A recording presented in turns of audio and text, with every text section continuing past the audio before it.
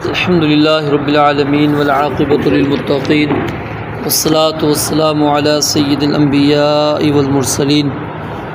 اعوذ باللہ السمیع العلیم من الشیطان الرجیم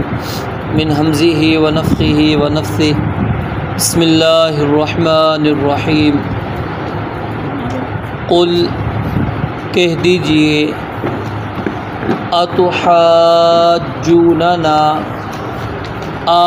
کیا تحاجوننا تم جھگڑا کرتے ہو ہم سے فی اللہ اللہ تعالیٰ کے بارے میں وہو اور اس حال میں کہ وہ ربنا ہمارا رب ہے وربکم اور تمہارا رب بھی ہے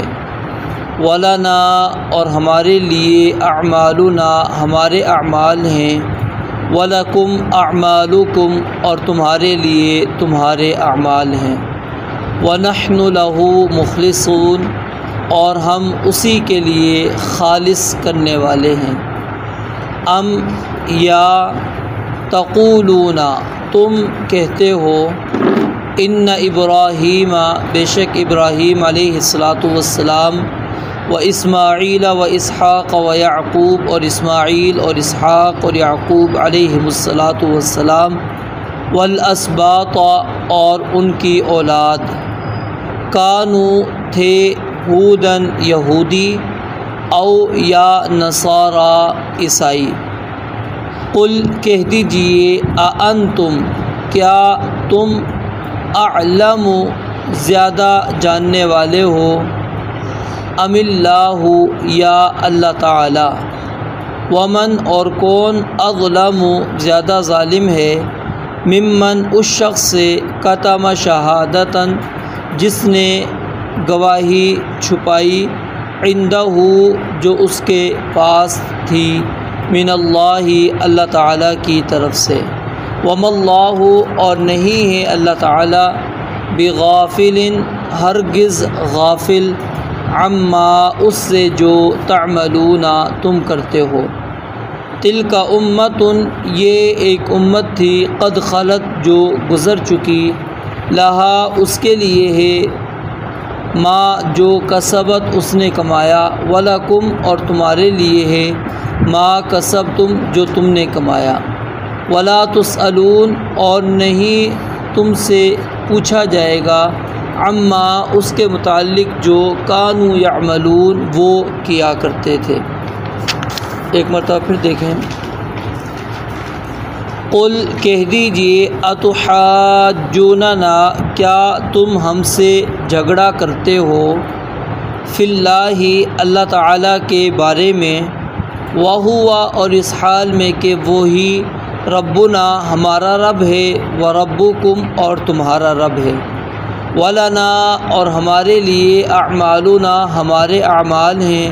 وَلَكُمْ اور تمہارے لیے اعمالکم تمہارے اعمال ہیں وَنَحْنُ لَهُ مُخْلِصُونَ اور ہم اسی کے لیے خالص کرنے والے ہیں ام یا تقولون تم کہتے ہو ان ابراہیم و اسماعیل و اسحاق و یعقوب کہ بے شک ابراہیم اور اسماعیل اور اسحاق اور یعقوب علیہم السلام والاسباط اور ان کی اولادیں کانوا وہ تھے ہودن یہودی او یا نصارا عیسائی نصرانی قل کہہ دیجئے اانتم کیا تم اعلم زیادہ جانتے ہو ام اللہ یا اللہ تعالی ومن اور کون اظلم زیادہ ظالم ہے ممن اس شخص سے جو کتم چھپائے شہادتاً گواہی کو عندہ جو اس کے پاس ہو من اللہ اللہ تعالیٰ کی طرف سے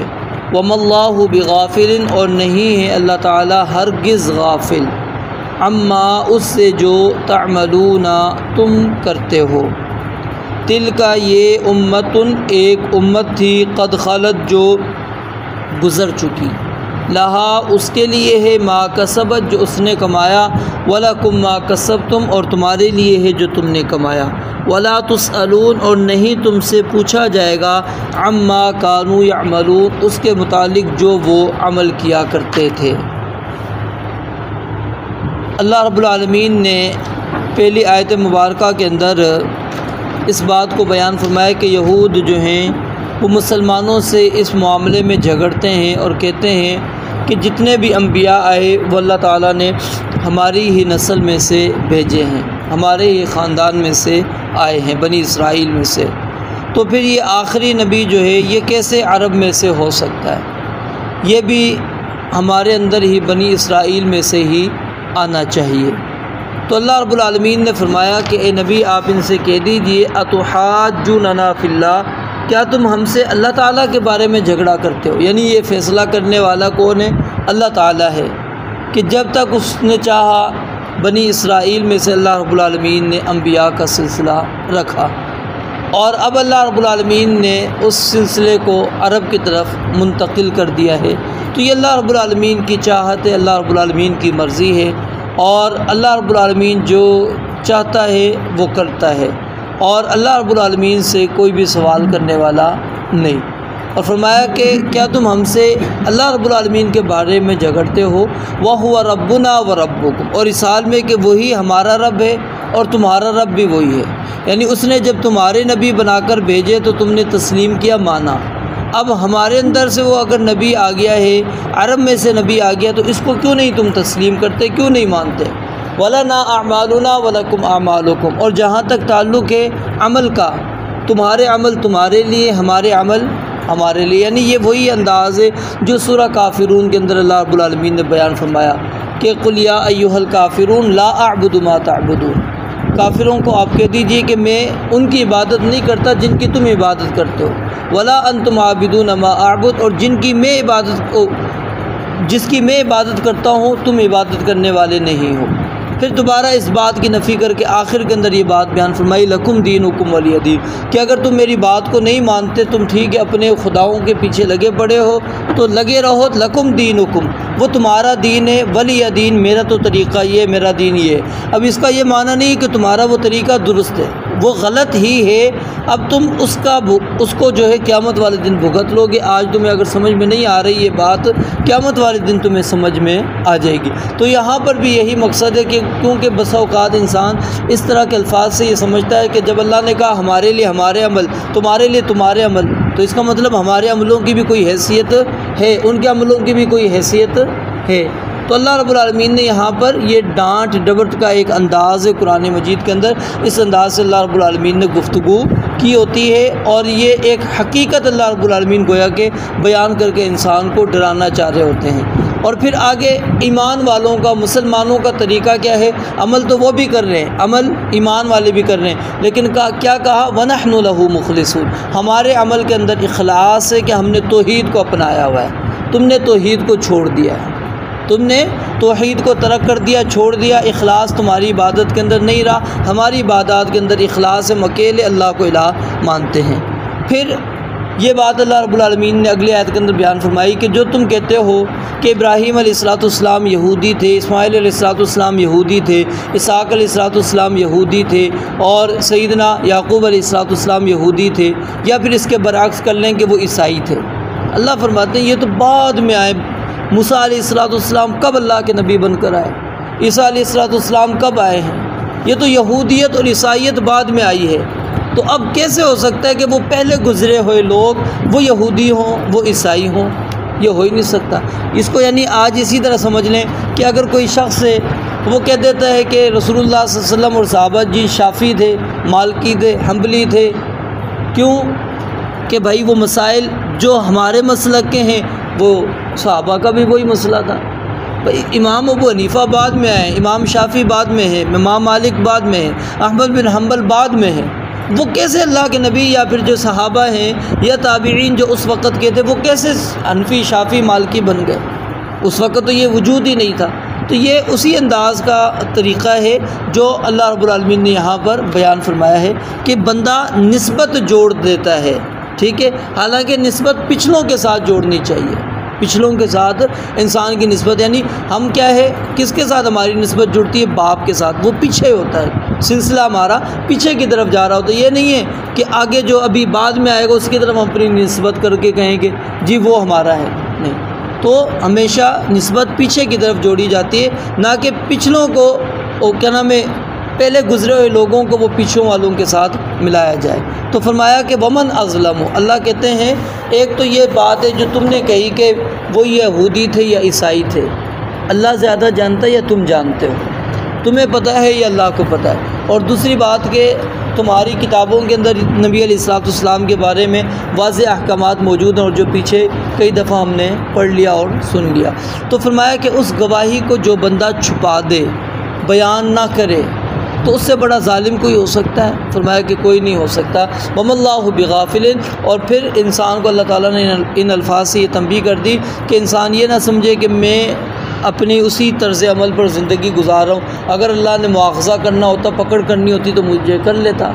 مجھے سزا دے دیتا۔ یہ بھی اللہ رب العالمین کا ایک انداز ہے انسان کو مہلت دینا۔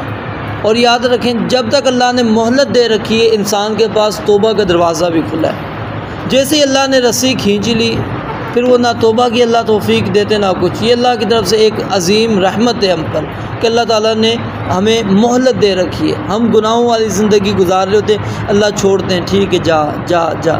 کیوں کہ ہو سکتا ہے مستقبل میں کبھی بندہ پلٹ آ جائے۔ تو اگر انسان کو اللہ رب العالمین مواخذہ کر لیں جس طرح کہ پہلے لوگوں کا مواخذہ ہوتا تھا، تو ہم پڑھتے ہیں تو ان کے اندر ایک چھوٹا سا گناہ ہوتا تھا، اللہ تعالیٰ نے پوری قوم کو تباہ کر دیا۔ آج وہ ساری چیزوں کو اگر ساری قوموں کو ملا دیا جائے، ہم اس کا مرکب ہیں، ہمارے اندر وہ ساری چیزیں موجود ہیں، اگر کیوں نہیں پکڑے جا رہے ہم، کیوں نہیں اس طرح ہلاکتیں ہو رہی؟ ایک تو نبی علیہ السلام کی دعا بھی ہے، ٹھیک ہے، اور دوسری وجہ یہ کہ اللہ رب العالمین انسان کو مہلت دے رہے ہیں۔ اللہ رب العالمین نے انسان کو مہلت دی، اور انسان یہ نہ سمجھے کہ وَمَا اللَّهُ بِغَافِلٍ، کہ اللہ تعالیٰ نعوذ باللہ غافل ہو گیا، اللہ تعالیٰ کو علم ہی نہیں ہے کہ ہم کیا کر رہے ہیں، اللہ رب العالمین کو پتہ ہی نہیں۔ پھر آخر میں دوبارہ اللہ رب العالمین نے اسی آیت کو ریپیٹ کیا جو پیچھے بھی ہم پڑھ چکے کہ تِلْكَ أُمَّةٌ قَدْ خَلَتْ، اللہ کہتے ہیں یہ ایک امت تھی جو گزر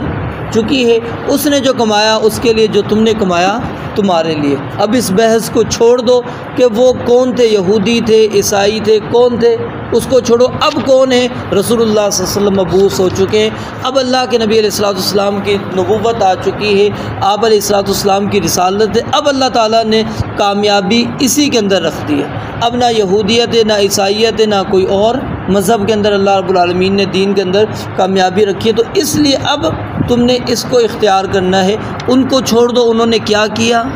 لہا ما کسبت ولکم ما کسبتم، جو تم نے کیا وہ تمہارے لیے اور جو اس نے کیا وہ ان کے لیے۔ اور پھر دوسرا میں نے آپ کو اس در یہ بھی بتایا تھا کہ اس کا تعلق نسب کے ساتھ ہے، کہ اگر تم اپنی نسبت جوڑ کر سمجھتے ہو کہ ہم بچ جائیں گے کیونکہ بنو اسرائیل کے خاندان میں سے ہیں، یا عرب کے لوگ کہہ دیں گے جی ہمارے اندر آخری نبی مبعوث ہوئے ہم بچ جائیں گے، اللہ رب العالمین فرماتے ہیں یہ کام نہیں ہوگا، کیونکہ جس کا عمل اس کو پیچھے کر دے گا اس کا حسب و نسب اس کو آگے نہیں کرے گا۔ رب العالمین سے دعا ہے اللہ تعالیٰ سمجھنے عمل کرنے کی توفیق عطا فرمائے۔ وآخر دعوانا الحمدللہ رب العالمین۔